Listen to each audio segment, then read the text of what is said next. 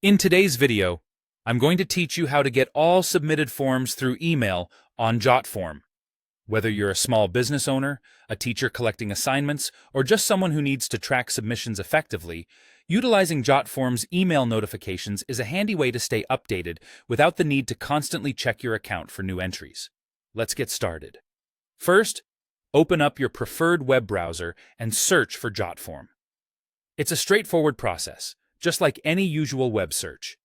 Once you find the Jotform website, go ahead and click on it to open the page. If you already have an account, you can simply log in.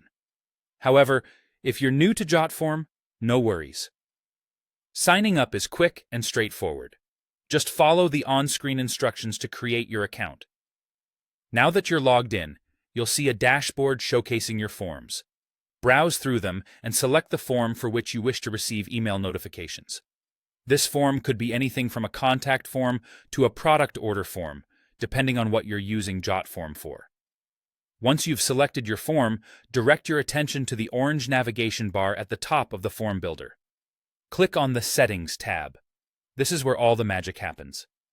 The Settings tab is your gateway to various features and customizations Jotform offers.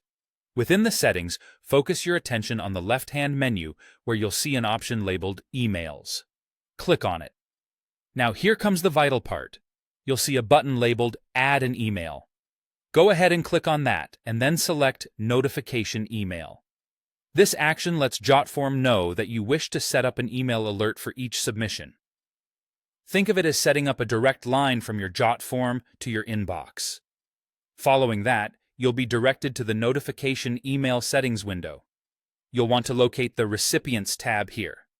Click on it and you'll find a field labeled Recipient Email.